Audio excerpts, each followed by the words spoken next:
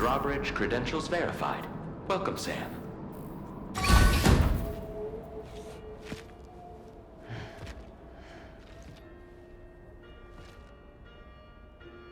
Please proceed inside.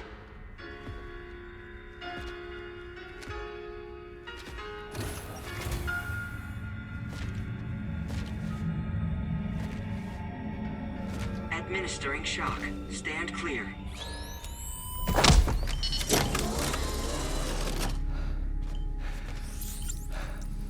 Upper Beach reference frame confirmed. UB coordinates are L 47.37, B plus 6.32.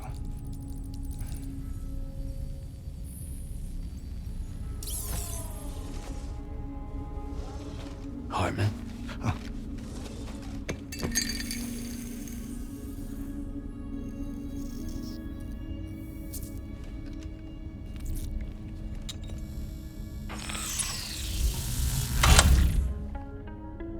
You're looking well, Sam. Thank you for coming. Oh. It's been a while. Ticker's still holding up?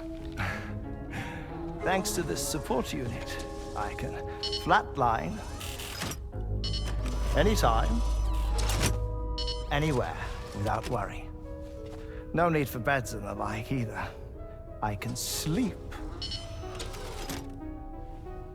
standing up. Not bad, eh?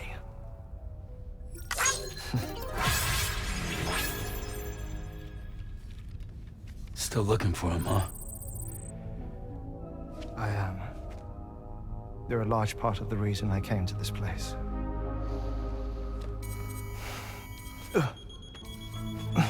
You okay?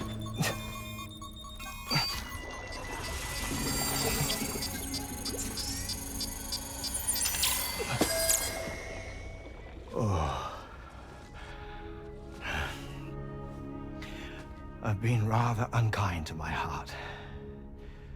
You might say I'm on the verge of heartbreak. Still, it's a small price to pay for mapping the beach.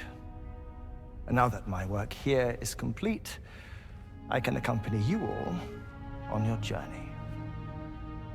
Oh, we undertook the beach mapping program to help determine the most efficient strategy for linking up Australia. While near death, I traversed the beach and provided location data to APAS, which it used to build a database. Oh, APAS was my partner in this, you see. I also collected water samples from the various beaches I visited, which I duly deposited in the form of my own tears. Apparently, the water somehow circulates between them and the world of the living. The samples were required to study the phenomenon. Huh. This is the first I've heard of it. I didn't think this was your field. Oh, it isn't. Far from it. I collected the samples for the benefit of a collaborator. In the process, I placed a greater strain on my heart. But it's nothing to worry about. Like it or not, they all wear out, sooner or later. You sure you're okay?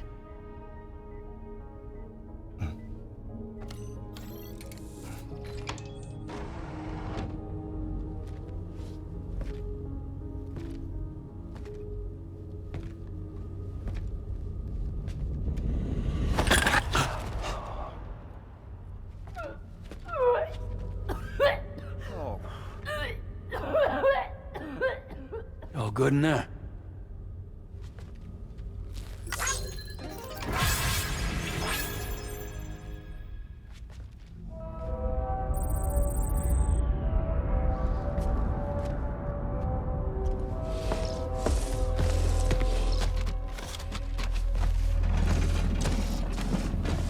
Is that all you're gonna take? Yes. Everything I need is already stowed on the DHV Magellan. This here is my insurance. Well then, shall we go to the DHV Magellan?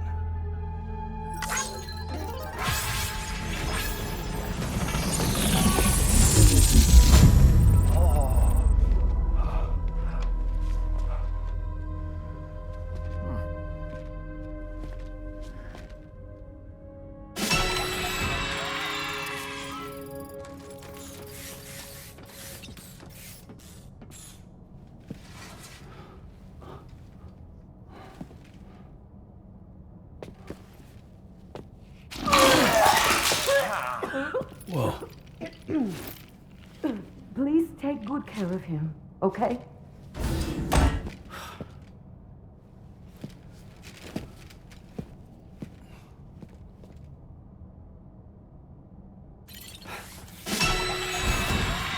That was a close one.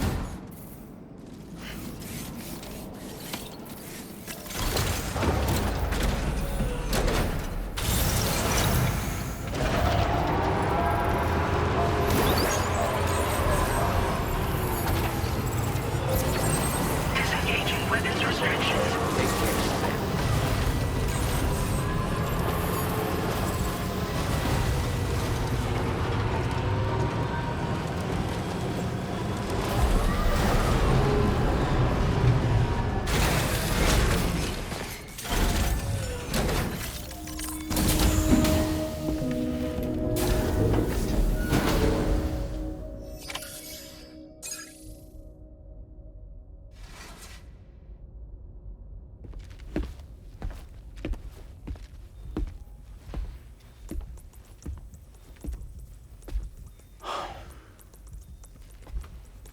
Ah, Sam. You're the last to arrive. But now we're all here. Let's get to it. Recently, I received a number of strange mails that were apparently sent to me by none other than myself.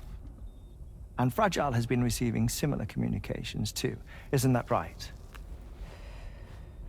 Yeah, I got a few about Lou's records. It goes without saying, I did not, in fact, send them. It's all very distressing and gave me palpitations. An especially concerning mail reached me not long ago. Attached were some highly sensitive UCA documents on BBs and chiral communications technology, including classified records of the BBs who were sacrificed to build the foundation of the chiral network.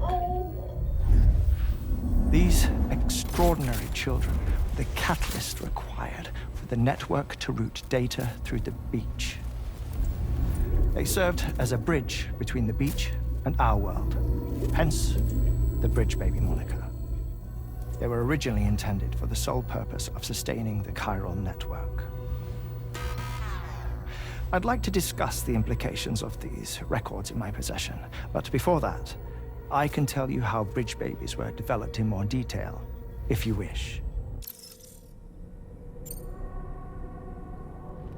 R&D commenced shortly after the Death Stranding was first observed. The inciting incident having occurred during the performance of a cesarean section to save the child of a brain-dead mother. But perhaps the rest should be explained by someone who remembers the period. If you're willing to indulge me. I can't speak with any authority, but if you insist. When the obstetrician touched the fetus during the procedure, it said they glimpsed the beach. Subsequent research revealed that the unborn children of still mothers possessed a special connection to the place. While communications utilizing the beach had been theorized, the framework was incomplete. These children proved to be the missing link. Afterwards, development of the chiral network began in earnest, or so I'm told. Wait, I have a question. By all means. What about when I was putting Mexico on the grid? Or my work in Australia? Have I been condemning kids this whole time? Worry not, Sam. The new Cupid model does not require a human catalyst. You can be assured of that. Bridget was president when this all began, and she wouldn't permit women to be deliberately rendered brain-dead in order to produce BBs. But the Bridges researchers were not deterred, and they pressed on with their plan in spite of the president's misgivings. To secure test subjects, it seems Bridges smuggled pregnant women into the country from Mexico, among other places.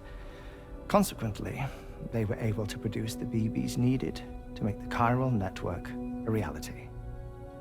And 4 years ago, the first Bridges expedition embarked on their journey. This is what I received from the sacrificial BBs. Including backups, a total of 10 units were prepped for integration, but only 9 were used to lay the foundations of the North American network. I attempted to ascertain the whereabouts of the 10th, to no avail. But as drawbridge, we should have a higher security clearance than me personally. Just to be prudent, would you mind running a search? As Deadman determined, there was another BB-28 that existed before Lou, which was decommissioned.